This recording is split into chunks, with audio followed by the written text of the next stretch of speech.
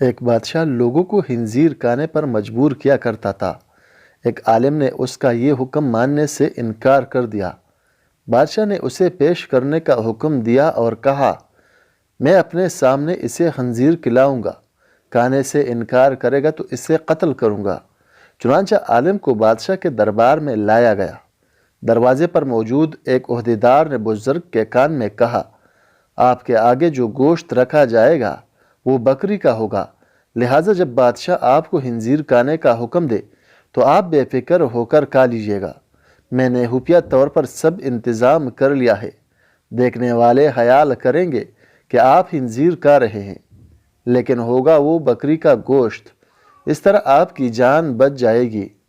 بادشاہ نے آج اور بھی بے شمار لوگوں کو گوشت کھانے کی دعوت دی تھی۔ دراصل وہ ان سب پر واضح کرنا چاہتا تھا کہ دیکھو آج میں نے اس عالم کو خنزیر کھلا دیا۔ سب لوگوں کے ساتھ اس عالم کے سامنے بھی گوشت رکھا گیا۔ یہ سب لوگ عالم کی طرف دیکھنے لگے۔ وہ آپس میں کہہ رہے تھے، عالم صاحب نے کھا لیا تو ہم بھی کھا لیں گے، ورنہ ہم بھی نہیں کھائیں گے۔ عالم صاحب کے سامنے اس عہدیدار کی خفیہ ہدایت کے مطابق بکری کا گوشت رکھا جا چکا تھا، اور یہ بات عالم کو معلوم تھی۔ اس کے باوجود انہوں نے گوشت کی طرف ہاتھ نہیں بڑھایا اور بولے، نہیں، میں یہ گوشت نہیں کھاؤں گا۔ عہدیدار سامنے ہی موجود تھا۔ اس نے اشارہ کیا کہ گوشت کھا لے، آپ کی جان بچ جائے گی، یہ بکری کا ہے، خنزیر کا نہیں۔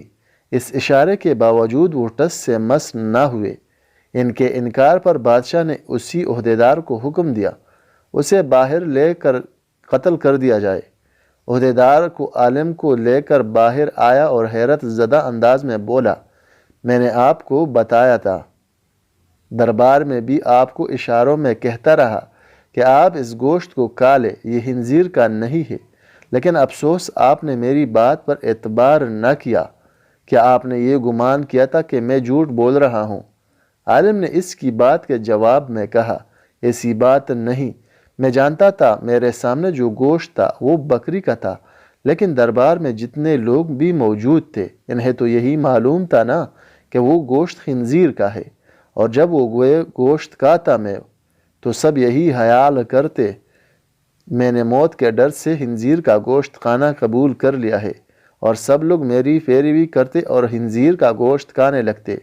عہدیدار دنگ رہ گیا، گویا اس عالم نے اپنا قتل تو گوارا کر لیا تھا، لیکن دوسروں کا وبال اپنے سر لینا منظور نہ کیا۔